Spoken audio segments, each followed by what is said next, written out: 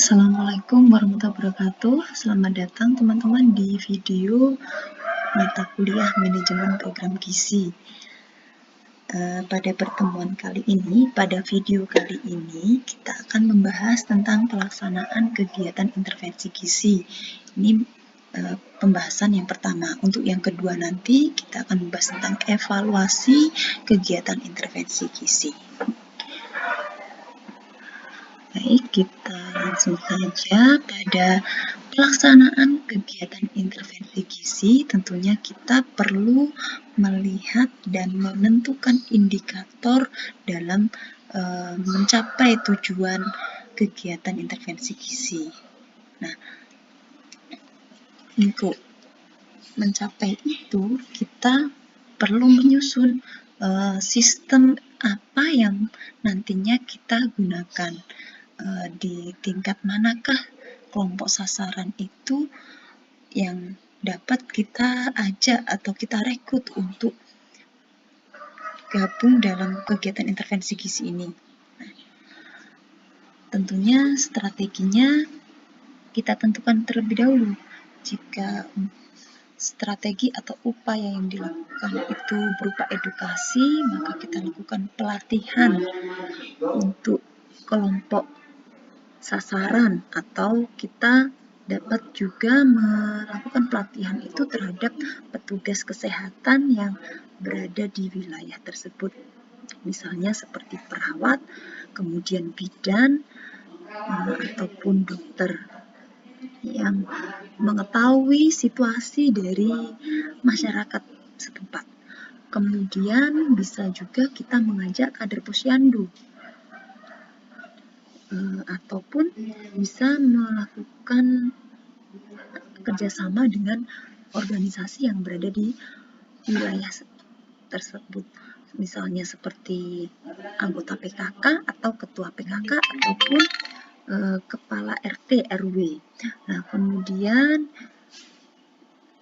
pelatihan itu bisa kita lakukan pada kelompok sasaran yang sangat berperan pada sekelompok keluarga. Misalnya kelompok itu berupa keluarga. Nah, di dalam keluarga tentunya yang sangat berperan penting yaitu ibu, karena seorang ibu akan menentukan bagaimana kondisi asupan keluarganya dan juga pelayanan kesehatan yang digunakan keluarga tersebut. Nah, selanjutnya, setelah sistem level yang sudah kita gunakan, lalu kita melihat community levelnya, tingkat komunitasnya. Nah, di tingkat komunitas itu kita dapat mengevaluasi kembali bagaimana strategi itu mendukung tujuan dalam menyelesaikan atau memberikan solusi dalam permasalahan gizi yang ada di suatu kelompok atau di masyarakat. Nah, misalnya dengan melakukan pelatihan pada kader posyandu, apakah sudah mendukung untuk menyelesaikan permasalahan gizi balita yang mengalami malnutrisi atau mengalami stunting di wilayah tersebut. Kemudian dari tujuan ini nanti kita tetap akan memantau bagaimana hasilnya. Jika hasilnya bisa mengurangi prevalensinya, berarti di situ upaya yang dilakukan adalah yang sudah sesuai.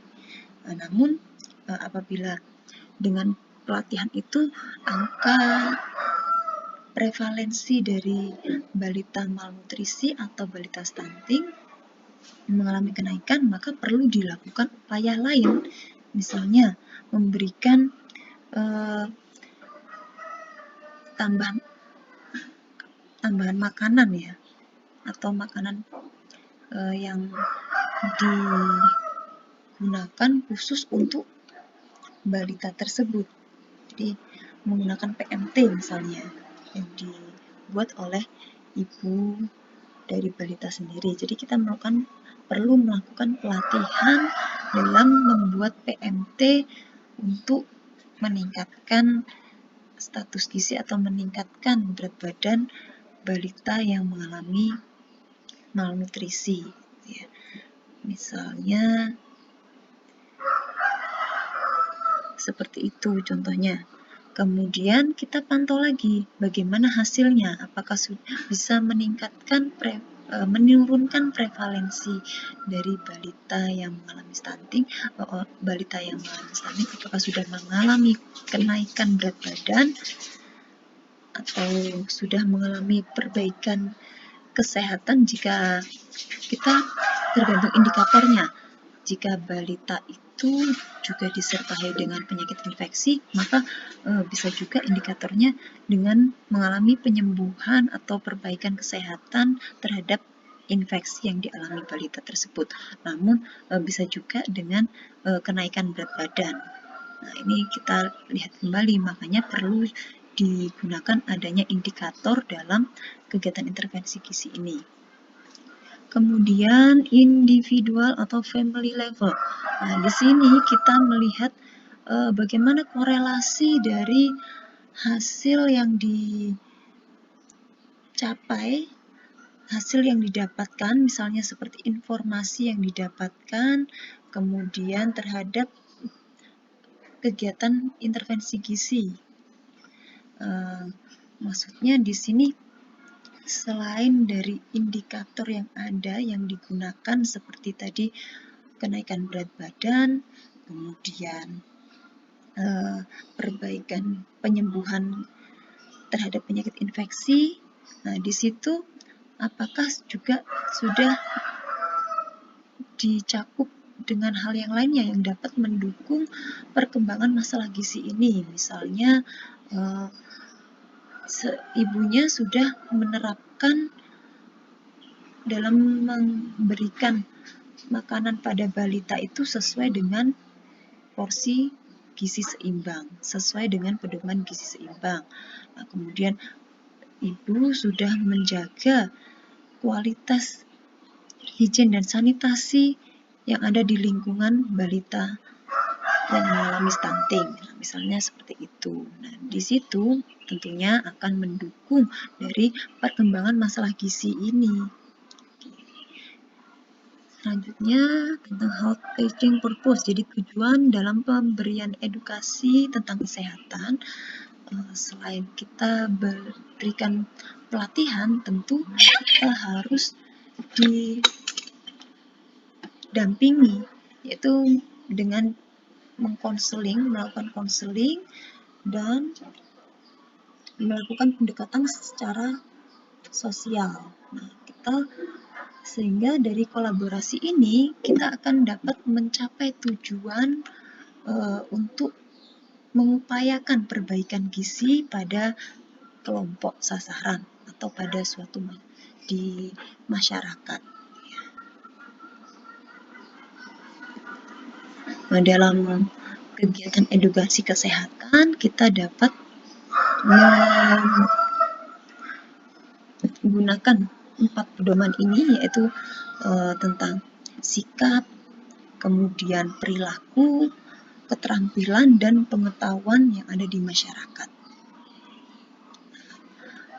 Untuk sikap yang ada di masyarakat, biasanya masyarakat itu kan merasa kurang percaya diri, kemudian masih bersifat sederhana, dan namun memiliki semangat yang tinggi. Nah, ini ingin perubahan yang lebih baik, kemudian di masyarakat itu biasanya sebagian besar masyarakat akan menghargai orang lain. Nah, ini tentunya kita jadikan pertimbangan-pertimbangan dalam memberikan edukasi, memberikan atau berperilaku pada masyarakat itu. Pada saat kita memberikan jawaban, nah di situ menjadi pertimbangan untuk kita. Pada saat kita memberikan pelatihan, bagaimana cara berkomunikasi di masyarakat. Nah, jadi sebaliknya kalau dengan masyarakat kita harus dengan kalau bahasa Jawanya menggunakan unggah-ungguh dengan sikap rendah hati, sehingga masyarakat itu lebih menerima seperti itu. Namun apa yang disampaikan tentunya dengan bahasa yang lugas, dengan bahasa yang tegas, yang perlu dilakukan agar apa yang menjadi tujuan dalam intervensi gizi ini dapat tercapai. Kemudian sikap, perilaku ya, tingkah laku di masyarakat. Nah, biasanya di masyarakat itu bersifat memiliki perilaku ramah, kemudian gotong royong, open minded, kemudian harusnya, tapi kita juga melihat tentunya setiap kelompok masyarakat, setiap daerah memiliki karakteristik yang berbeda-beda. Nah, ini kita melihat sebagai contohnya ya. Nah, kemudian kerja keras misalnya, kemudian memiliki toleransi yang tinggi. Nah, itu juga menjadi pertimbangan nantinya apa sifat-sifat positif dan yang bisa mendukung dalam kegiatan intervensi gizi ini. Bagaimana kita dapat memberdayakan masyarakat agar dapat mengoptimalkan tujuan dari kegiatan intervensi gizi. Kemudian kita melihat skill dari masyarakat. Nah, skill itu sendiri berkembang dari kebiasaan, jadi dari pembelajaran sebelumnya yang kemudian akhirnya diterapkan oleh suatu masyarakat dan menjadi skill di masyarakat tersebut. Nah, itu juga bisa kita manfaatkan dan kita kembangkan jika memang perlu untuk dilakukan dalam kegiatan intervensi gizi ini. Misalnya kita melakukan demo untuk melatih keterampilan ibu balita agar dapat menyajikan makanan yang bergizi dan seimbang untuk balitanya, atau melatih untuk menyediakan makanan yang bergizi untuk keluarganya. Nah, seperti itu. Dan juga yang bergizi itu tentunya tidak perlu mahal, yaitu perlu diterapkan kepada masyarakat yang ada di sekitar kita, bisa kita manfaatkan agar mencapai kondisi kesehatan yang optimal di masyarakat kita. Kemudian pengetahuan. Yang terakhir tentang pengetahuan. Nah, tentunya di masyarakat kita memiliki pengetahuan yang heterogen. Jadi perlu kita manfaatkan apa yang bisa mendukung. Ya, jadi jika di sekelompok masyarakat itu memiliki pengetahuan yang baik, bisa menjadi jembatan bagi enumerator atau sebagai ahli gizi untuk menyampaikan program gizi yang ada yang sedang dilakukan. Nah, misalnya nantinya di masyarakat itu ada yang memiliki pendidikan yang cukup mampu untuk memberikan pelatihan atau mengajarkan kembali kepada kelompoknya. Nah, ini perlu dikembangkan dan dilatih atau dijadikan sebagai kader. Nah, seperti itu misalnya. Dan dalam tahap poin ini kita juga bisa memanfaatkan teknologi. Nah, jika di dalam suatu kelompok hanya beberapa orang yang bisa memanfaatkan teknologi, maka bagaimana beberapa orang itu tadi kita lakukan atau kita rekrut untuk menjadi koordinator di kelompoknya, sehingga semua dapat merasakan pengetahuan atau dapat mencapai pengetahuan yang sama dengan yang lainnya, ya, satu dengan yang lainnya. Tingkatannya yang diharapkan untuk nilai pengetahuannya di kelompok itu bisa meningkat. Kemudian peningkatan partisipasi masyarakat. Nah, pada kegiatan musyawarah masyarakat desa, jadi pada saat kita sebelum melakukan kegiatan intervensi gizi ini, tentunya kita perlu melakukan musyawarah masyarakat desa. Nah, di sini kita akan membuat strategi-strategi untuk meningkatkan partisipasi masyarakat agar turut dalam kegiatan intervensi gizi ini. Jadi kita melihat dari aktivitas masyarakatnya, kemudian disesuaikan dalam pelaksanaan untuk kegiatan intervensi, sehingga waktu yang dipilih itu di mana masyarakat itu bisa berperan serta dalam pada saat tidak memiliki aktivitas yang tinggi. Kemudian jadi kita membuat prioritas untuk masyarakat di mana waktunya ada di dalam waktu senggang, gitu ya. Kemudian membuat suatu acara yang menarik. Nah, di situ kita melihat, kita melakukan analisis apa yang menjadi kesukaan dalam kegiatan di masyarakat itu. Misalnya kalau di masyarakat tersebut termasuk sekelompok yang agamis, maka kita bisa berbaur di dalam kegiatan keagamaannya, di dalam misalnya dalam kegiatan kajian kita sisipkan kegiatan intervensi gizi ini, kemudian kita melakukan dengan biasanya kalau dengan anak-anak itu menyukai suatu lomba yang diberikan hadiah. Nah, di situ bisa kita gunakan. Atau di masyarakat itu ternyata suka dengan kegiatan yang euforia atau yang menyenangkan. Nah, kita bisa membuat kegiatan jalan sehat, kemudian diberikan door prize. Nah, di situ akan meningkatkan antusias dari masyarakat, ya. Lalu memberikan waktu untuk diskusi. Nah, di sela-sela kegiatan intervensi gizi ini, misalnya pada saat melakukan pelatihan, kita berikan waktu untuk melakukan tanya jawab dengan masyarakat yang telah menerima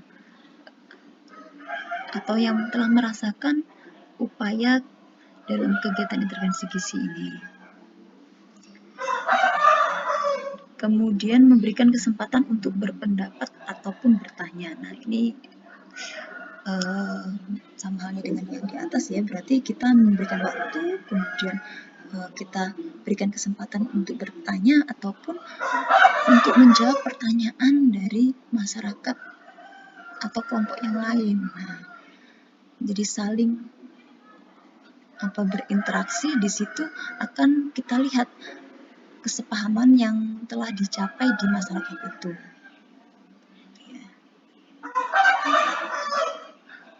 Jadi musyawarah masyarakat desa ini yang dilakukan sebelum kegiatan intervensi gizi, tujuannya adalah untuk membahas masalah-masalah gizi dan kesehatan yang ada di desa, sehingga kita di situ dapat merencanakan upaya yang dapat dilakukan yang sesuai dengan karakteristik dari masyarakat tersebut. Tujuannya masyarakat desa ini itu untuk memecahkan masalah kesehatan yang ada di masyarakat. Jadi meningkatkan nilai kesehatan di masyarakat. Kemudian agar masyarakat yang dijadikan kegiatan intervensi gizi ini mengenal masalah gizi mereka, masalah kesehatan mereka, sehingga mereka juga nantinya jika muncul masalah kesehatan tanpa pendampingan dari tenaga kesehatan, mereka bisa memberikan solusi secara otomatis ya. Karena di situ sudah ada kader-kader atau sudah mendapatkan edukasi dari kegiatan ini. Kemudian agar masyarakat sepakat untuk bersama-sama menanggulanginya. Nah, di situ harapannya agar masyarakat itu dapat sigap jika terdapat masalah kesehatan yang muncul di wilayahnya, gitu ya. Nah, kemudian hal yang harus disiapkan dalam musyawarah masyarakat desa ini apa saja? Yang pertama yaitu lokasinya. Nah, lokasi untuk kegiatan intervensi gizi ini di mana nantinya. Nah, kemudian kita tentukan siapa peserta yang akan harus menghadiri dalam kegiatan musyawarah desa ini, seperti lurah atau kepala desa, kemudian tenaga kesehatan yang ada di puskesmas, bidan desa, perawat desa, ataupun perangkat desa, kemudian camat,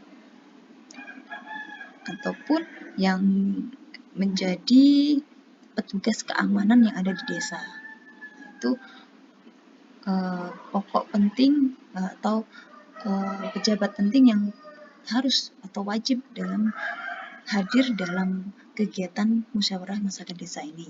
Kemudian pada saat dilakukan kegiatan ini, tentunya kita sudah melakukan survei bagaimana karakteristik masyarakat desa tersebut, kemudian bagaimana cara komunikasinya,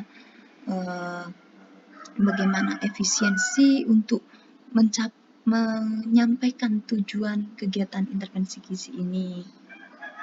Kemudian musyawarah yang bersahabat dan akrab. Nah, di sini kita tentunya membawa situasi yang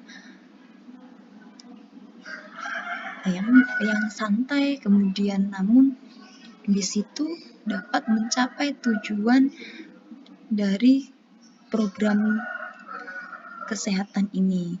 Nah, tentunya kita perlu untuk melakukan survei terlebih dahulu untuk mengetahui karakteristik masyarakat tersebut. Kemudian materi mudah dimengerti, tidak menyimpang dari bahasan musyawarah. Nah, setelah kita tahu masalah kesehatan yang ada di masyarakat, kita tentukan dan kita susun materi yang dapat menggali masyarakat desa itu atau memberikan stimulasi agar masyarakat sendiri bisa memberikan solusi atau upaya-upaya yang terhadap masalah kesehatan yang ada di wilayah mereka. Nah, walaupun kita memberikan stimulasi, di akhir kita akan memberikan kesimpulan untuk menggabungkan antara pendapat atau saran dari masyarakat desa dan juga upaya yang sudah didiskusikan oleh pihak yang menjadi enumerator dalam upaya perbaikan gizi ini. Nah, kemudian dalam MMD ini harus dihadiri oleh pemuka masyarakat desa. Nah, tadi ya sudah disampaikan ada petugas kesehatan, ada perangkat desa ataupun yang sampai dengan tingkat kecamatan. Kemudian sebaiknya MMD dilaksanakan di balai desa atau tempat pertemuan yang dapat mencakup peserta yang penting dalam musyawarah masyarakat desa ini. Kemudian musyawarah masyarakat desa dilaksanakan setelah dilakukan survei mawas diri. Jadi setelah dilakukan wawancara dengan menggunakan kuesioner yang sudah disusun, nah di situ kita rangkum, kita ambil poin-poin kita analisis apa yang perlu disampaikan dalam kegiatan MMD dan juga beberapa upaya yang disarankan berdasarkan enumerator. Kemudian pada saat penyelenggaraan MMD ini kita ada beberapa tahapan yang perlu kita lakukan, yaitu pada saat persiapan. Nah, pada saat persiapan kita tentunya menentukan lokasinya, kemudian menentukan peserta yang harus hadir dalam musyawarah masyarakat desa. Kemudian kita tentukan waktu untuk pada saat pelaksanaan musyawarah masyarakat desa. Dan yang paling penting adalah alokasi biaya atau yang perlu disediakan yang menjadi fasilitas untuk bagi peserta maupun panitia dalam MMD. Kemudian proses. Nah, dalam prosesnya, tadi seperti bagaimana cara komunikasinya, kemudian alat apa yang perlu digunakan agar memudahkan, atau media yang digunakan untuk memudahkan dalam menyampaikan tujuan dari kegiatan intervensi ini dari hasil survei mawas diri yang telah dilakukan sebelumnya. Setelah itu, kita pada saat perjalanan MMD di akhir kita harus menentukan apa yang menjadi upaya nanti pada saat kegiatan intervensi ini. Nah, upaya ini kita sesuaikan dengan kondisi masyarakat desa ini.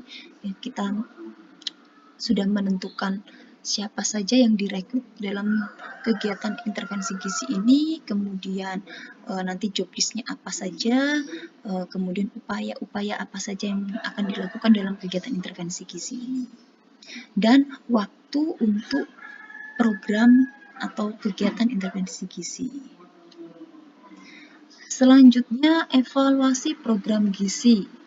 Nah, dalam evaluasi program gizi, kita lanjutkan di video yang kedua ya.